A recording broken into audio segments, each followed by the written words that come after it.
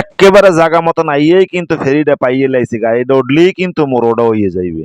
গাড়িগুলো আমি দেখলে মনে করবেন ভিআইপি বাস, আসলে কিন্তু ভিআইপি না, ভিতরে গেলেই বোঝা যায় কতটা ভিআইপি আছে।